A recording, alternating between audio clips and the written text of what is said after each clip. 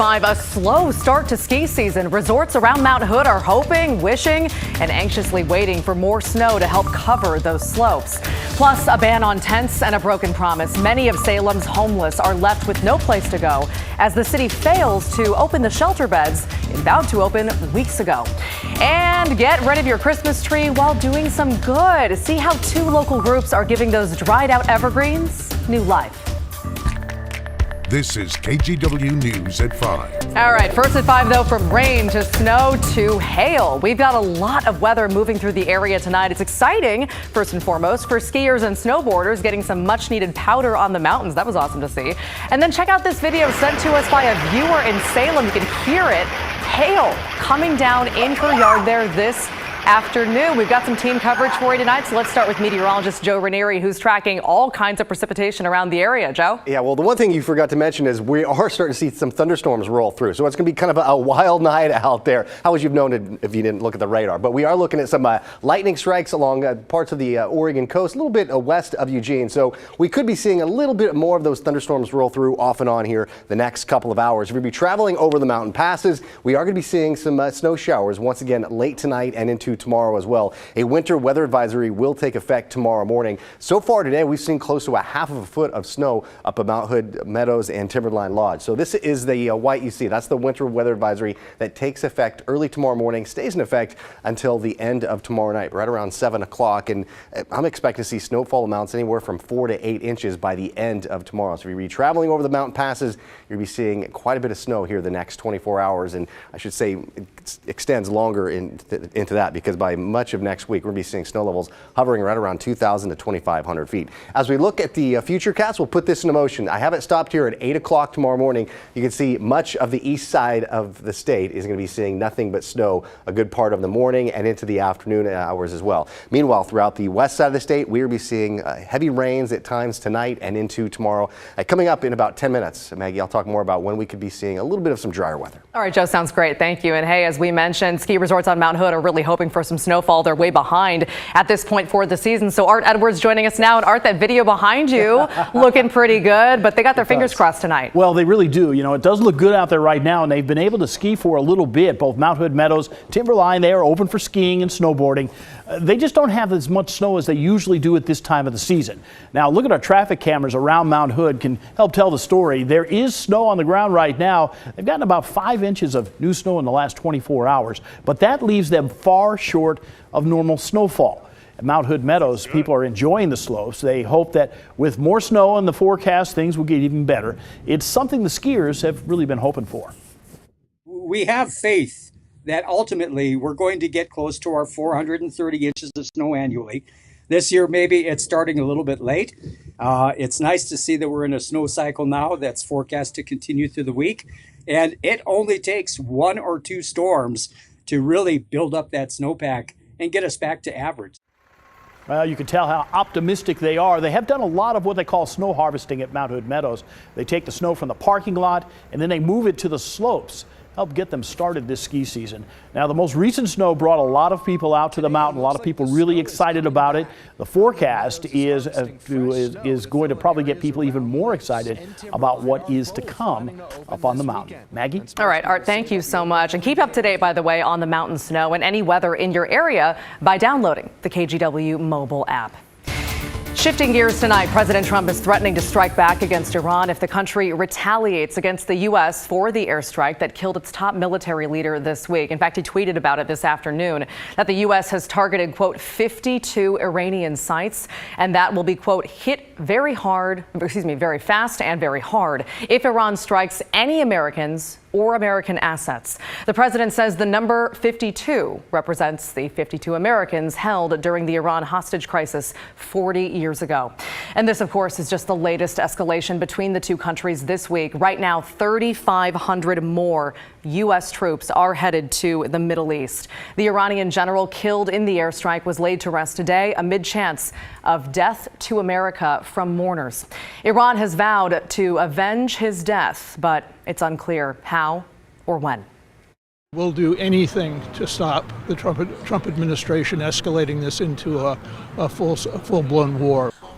So that was one of hundreds of protesters who gathered in downtown Portland last night to denounce the deadly U.S. airstrike. The protesters don't want to see any further military action, which could obviously escalate tensions in the Middle East. We also talked to a Navy veteran who joined the service after 9/11. And looking back now, he sees the Iraq War very differently. And we just kept sending more and more kids off to die. And I don't want that to happen again, because this guy in the White House needs a news cycle distraction from all the crimes him and his friends keep committing. The protest was organized by the local chapter of the Democratic Socialists of America. All right, switching gears again, new DNA evidence is linking a suspected serial killer to the death of a Clark County teen 45 years ago. Warren Forrest was convicted in the mid-70s of killing a 19-year-old, and he's long on top of that been suspected in the murders of 6 other women who disappeared around the same time. One of those women is 17-year-old Martha Morrison from Portland. She went missing in 1974, and it wasn't until 2015 that her remains were identified. Her DNA matched a sample found on one of Forrest's weapons. Forrest is expected to appear in Clark County Court and be charged in Morrison's death on Monday. And police are still looking for this woman behind us. She's accused of committing a disturbing hate crime in downtown Portland. In fact, a warrant is out for Jasmine Campbell right now after she failed to show up for her court hearing yesterday. Campbell is accused of going up to a Portland State University student near a downtown Mac stop. That student is a Muslim woman from Saudi Arabia, and she wears a hijab. We're told Campbell grabbed the hijab and tried choking the student with it. Police then say Campbell stripped down and rubbed the hijab all over her bare body. Many in the Muslim community are demanding that she be caught and prosecuted. It's not okay. We are out here just trying to live our life, and our faith is a part of that life. And for us to live in fear that we will be targeted because of that faith, that important essence of our being, is not okay. So the woman who was attacked says she's now afraid to wear a hijab in public. Unfortunately, you can't blame her. Anyone with information about where Campbell is staying is asked to contact Portland police. Turning to our homeless crisis now, and homeless people in Salem say that city has broken a big promise. When officials banned camping last month, which we've been covering, they vowed to open 140 new shelter beds by the new year. And as of today, they've opened 0. As a result, this is what it looks like downtown. Homeless people line the streets. Legally, now they're allowed to be sitting and lying on the sidewalk, but under this new ordinance, they can't have any tents, shacks, or any kind of erected structure. One man told us days before Christmas he went into the hospital with frostbite on his toes. The pain is about an 8 or 9. Out of 10. Yeah, and if I take pain pills, it knocks me out. So we brought that story to Salem City Hall, where the city manager met with us, and he explained a church who had volunteered to host shelter beds backed out. That doesn't account for all the promised beds, but he added officials are working on it. He added also, despite the lack of beds, the weeks-old ban will remain. Yeah, this has been an ongoing issue. Concerns from, again, property owners, from business owners, from residents regarding what can be done to protect the vitality of our downtown, what can be done to protect the neighborhood, and council really balance that with trying to also recognize the needs of the individuals who are experiencing homelessness. So advocates estimate close to 1,800 people are homeless in Salem. All right, so it is the first weekend of the new year, a time that many use to return like terrible gifts and mull over resolutions and to take down holiday decorations. And did you know your post-Christmas chores can actually make a positive impact on the community? That makes them more bearable. Brittany Falker's here now to tell us about it. So Brittany, it starts with your Christmas tree. That's right, it really does. And nobody's going to blame you if you haven't taken down that Christmas tree quite yet, right? It's probably still up. You're not alone. But clearing out the house after the holidays, it can be quite the drag. But now is a really good time to take down your tree and have it recycled. That's not just because it's probably becoming a fire hazard in your living room, but also because there are a lot of places to recycle that tree while doing some good in the community. We want it out of the house. We're kind of going out of holiday mode. Goodbye, holidays. Hello, finding tiny pine needles in your house for the next month. Luckily, local organizations are making at least one aspect of post-Christmas cleanup a bit easier. Come recycle your trees. Take local Scouts BSA troops 71 and 571, for example. First they sold the trees, now they're taking them back. It's really cool because actually I think I might have recognized a few of them. It was kind of cool. For just $10, they're collecting, trimming, and recycling Christmas trees as part of their biggest fundraiser of the year. Picking them up has been really, really fun. Money raised allows kids like Casper here to go to summer camp, explore on hiking trips, and earn merit badges through unique experiences. I can't wait to start going camping. And this year's fundraiser is even more important for this troop.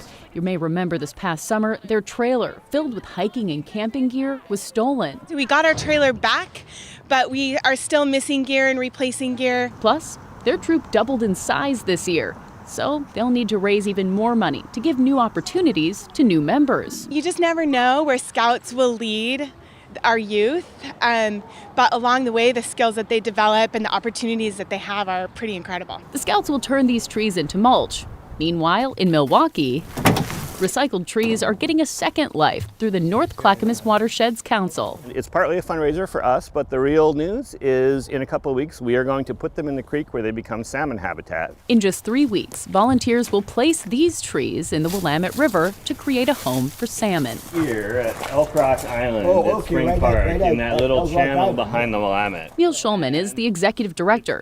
He says most creeks around the metro don't have enough wood, and these recycled Christmas trees are part of a long-term effort of restoration. A couple of things happen. One of them is the young salmon will hang out under the branches. It gives them a place to hide from predators. The other one is the needles will collect insects, and the insects will feed on the needles, and the salmon will feed on the bugs. So whether you're doing it for the environment, the kids, or just to get those stray needles out of your house, there are plenty of ways to get rid of the tree and give back. It's a lot of work, but it's really fun. Now, this was the only day to drop off your tree with the North Clackamas Watersheds Council, but they are looking for volunteers to help them get the trees into the Willamette. That's happening on January 25th. Meanwhile, Troop 71 and 571 will be back recycling trees tomorrow and next weekend. They have 2 lots at the Peninsula Optimist Tree Lot and Holy Redeemer Catholic Church. We'll have more information on all of this for you at kgw.com.